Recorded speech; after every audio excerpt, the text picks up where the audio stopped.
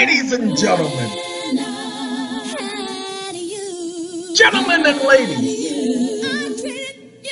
ladies and gents, got the Invo crew bringing us together this morning. We're going to drop this down to 20. And the reason why we dropping it down to 20, because I done did a preview to be able to listen, to see that this ain't too loud. It ain't blowing your eardrums out. You can't come. I can't hear you. Can you speak up a little bit louder, Sonny? I need to be able to hear you without my hearing aid. Oh, thank you. Thank you very much. Okay, so we done took care of that. Now, by the way, ladies and gentlemen, ladies and gents, I am so excited. You know why I'm excited? Do y'all know why I'm excited? Y'all don't know? Well, y'all should know. I'm putting it right up here in front of y'all. Ladies and gentlemen, I haven't done a video better than this one, and the whole time I've been doing videos. If you would only know the information I provided you in that video, if all of y'all would just pay attention, you see, I'm not hiding stuff from you guys anymore. I'm sharing it with you. No hands, no holds, barred. Oh, they're going to bar you in a moment. You just wait and see. Now, this is Torch Games. I don't play games, y'all. I done told these fools I'm a grown man. I don't play no games. But we pulled this up because I needed a window. And so Torch pulled up this window. We're going to do, pay attention, THE 1/4 AMENDMENT. Got to show y'all this because y'all needs to know. Now, y'all thought the last video was something? Where did y'all see this one? Because it's time that we get on the roll, y'all. Rolling down the river. Okay, as a matter of fact, I think I'm going to add a little bit of Tina and Ike to this, the late Ike Turner. I think I'm going to add a little bit of Tina and Ike to this. Ladies and gentlemen, pay attention. The 14th Amendment. Now, we got the 14th Amendment. You see how we just made it larger? Okay, shape it up. We're going to go down to section number 4 because we don't care about those other sections. Okay, pay attention, y'all, because this is what y'all need to know because y'all ain't been knowing that. It's been about this ever since they created this piece of junk. Pay attention. The validity of the public debt of the United States authorized by law, code, the March 9, 1933 Act, including debts incurred for payment of pensions, bounties for services, and suppression of insurrection and rebellion, shall not be questioned. Isn't the March 9, 1933 Act the Suppression of Rebellion Act? It's called the Trading with the Enemies Act, ain't it? It says shall not be questioned. You guys cannot question the validity of any debt. But we've already told you this. Well, wait, hold on. But all such debts, obligations, and claims shall be held illegal and void. When? Why can it be held? It says, but neither the United States nor any state shall assume or pay any debt or obligation incurred in the aid of insurrection and rebellion against the United States. Well, give y'all a little something so that y'all know where we're headed. When Congress enacted the Act of March 9, 1933, they did it against the interests of the United States because they violated the Constitution's prohibition on delegation of powers, separation of powers clause. You see, they weren't allowed to delegate their power and or authority to any other branch of government, which is exactly what they did. Okay, but ladies and gentlemen, we're not going to be talking about no bad luck right now. We're going to let Harold Melvin and the Blue Notes featuring Teddy Pendergrass. How can it be featuring Teddy Pendergrass when it's called Harold Melvin and the Blue Notes? Ain't it featuring Harold Melvin? I don't know. Well, you should get that straight before you start featuring things on your channel. Ladies and gentlemen, I apologize. Let me give y'all an understanding. Watch this. We're going to type in something so y'all can get it because, like I said, remember, the validity of any debt of the United States cannot be questioned. See, the validity of the public debt, the United States government owns everything in the United States, so it's public debt. You can't question that debt. Well, what do you talk about dispute the Fair Debt Collection Practices Act so we get to dispute the debt? Only after you do this.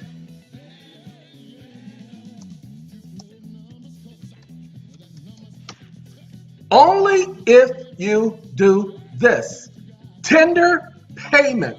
Oh, look at that. UCC 3, Section 604 and 603. Ladies and gentlemen, what is a tender of payment? Does anybody know? Anybody? Bueller? Bueller? Bueller? Bueller? Bueller? Anyway, if tender of payment of an obligation to pay an instrument is made to a person entitled to enforce the instrument, the effect of the tender governed by the principal laws applicable to tender of payment under the simple contract.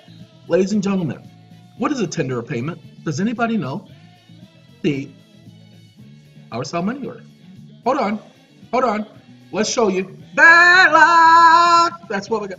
Ladies and gentlemen, we got 9,000, well, a little bit over 8,700 mo, and we will have 1 million of you people watching these videos in less than a year.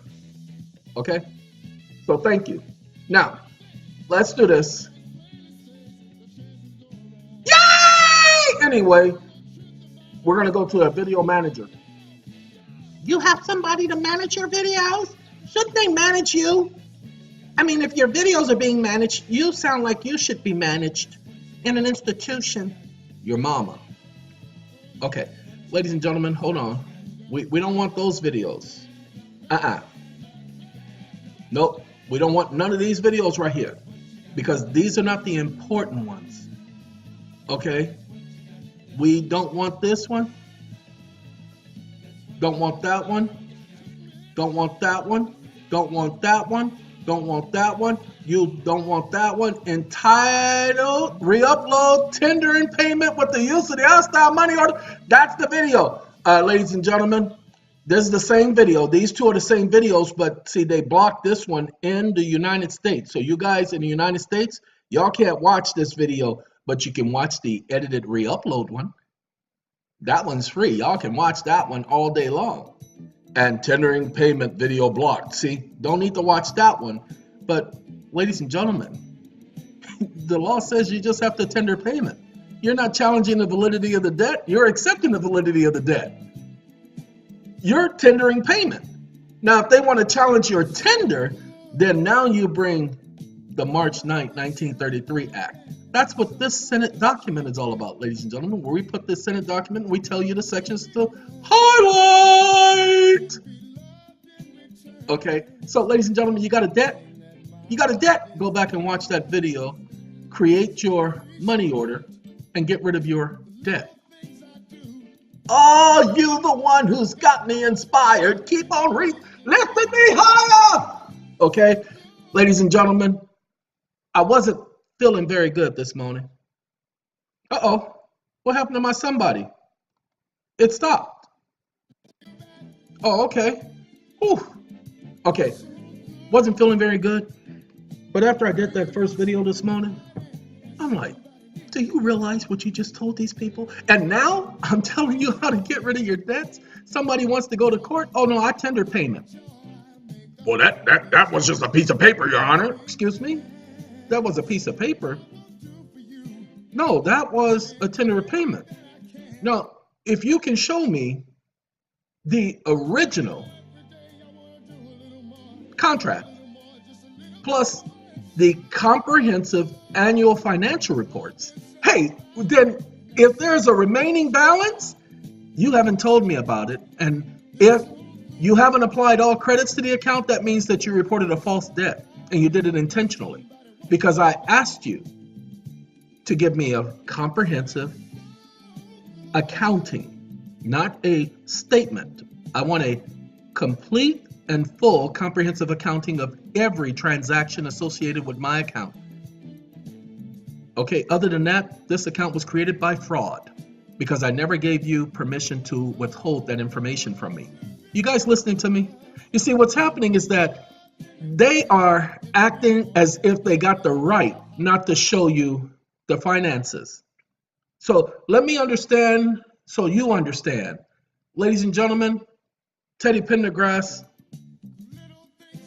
it ain't playing all the way, so I'm gonna skip the next song. Okay. Anyway, what's happening, ladies and gentlemen, is that these companies, these wonderful companies that are sitting up here claiming you owe a debt, they don't realize that you have a right to see the accounting. You have a right to see every penny that's gone into the account. And you have a right to be notified of all the credits that's been associated with the account, such as when they write your account off and receive tax write-offs. When they receive tax credits, okay, and ladies and gentlemen, the sitcom, $3.9 million in tax write-offs.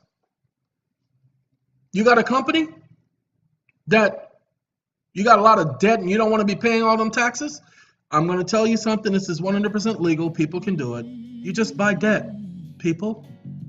Now, in order to get the write-off on the debt, you have to make an attempt to collect the debt. Just that simple. That's what the law requires. And then you get to write it off. And there you go. No more huge tax liabilities. Those of you who the IRS is saying, oh, $10,000, $20,000, $100,000, that's your way out. Go back and listen to what I just said. I'm not going to repeat it. This video is not going to be that long. I'm not going to be explaining everything because there's no need for me to explain everything. Getting back to those of you whom they're claiming you owe a debt, you have a right to receive a full accounting of all transactions associated with your account. That is not proprietary information. They don't get to hold on to that. And that's what you have to explain to the court.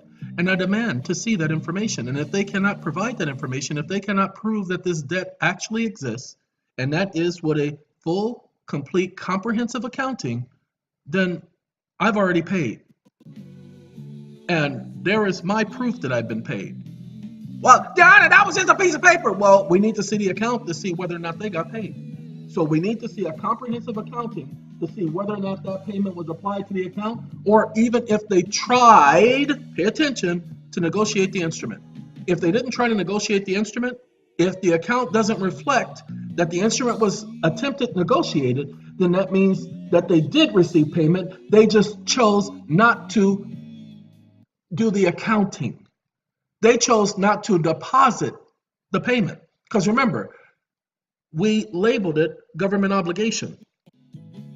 We did that for a reason, ladies and gentlemen. Okay, all I'm going to do is tell you, listen to this video again, and then listen to it again, so that you get what's being said, because I can't go and explain it. That's been the problem. I've been explaining things over and over and over again throughout the whole video, and that's been wasting time.